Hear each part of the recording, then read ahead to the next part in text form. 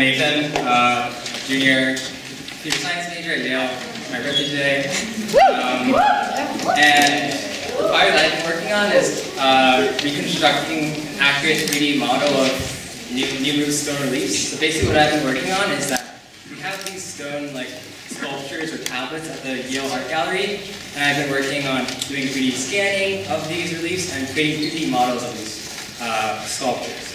So you might be wondering, okay, why are these tablets so important?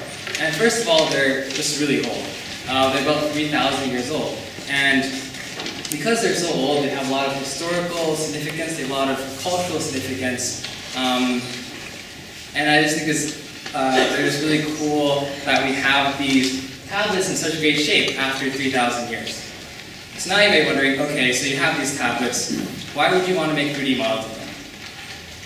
Well, the first thing is, the part of computer graphics that I'm working in is called cultural heritage, and a big part of that is preserving cultural heritage.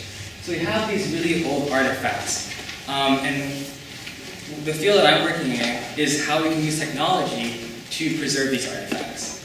And that's actually really important for my project because these tablets are actually kind of in a lot of danger. And this is actually a picture from 2 years ago where in the Northwest Palace, where these tablets come from, ISIS actually destroyed the palace. And that's definitely like a huge bummer for us. So we definitely want to try to do our best to create a digital record of the tablets that we still have left.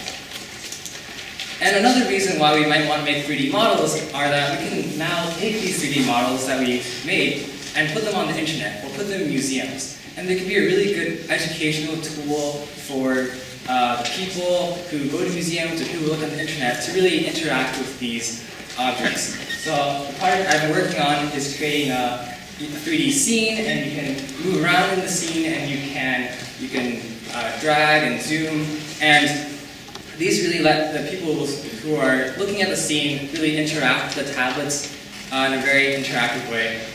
And I've also been working on some ways to enhance these scenes beyond what you might be able to get in a museum.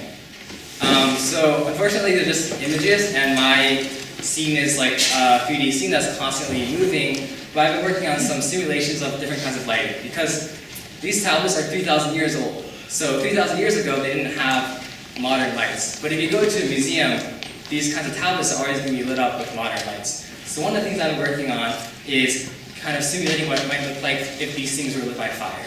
So unfortunately, this is just an image. This is kind of orange.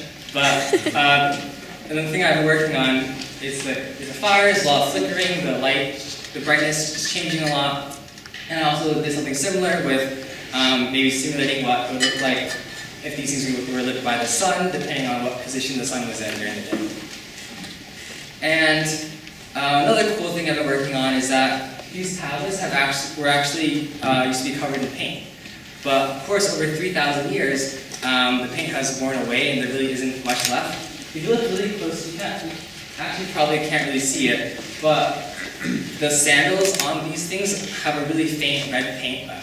So they really think that these entire sculptures were just very vibrantly painted.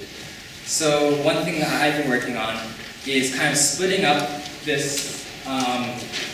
these models into different sections, and then talking to art historians, talking to people in museums about what they think these sculptures might have been painted like. And what we can do is that we can really easily just change each one of these regions to be whatever color they think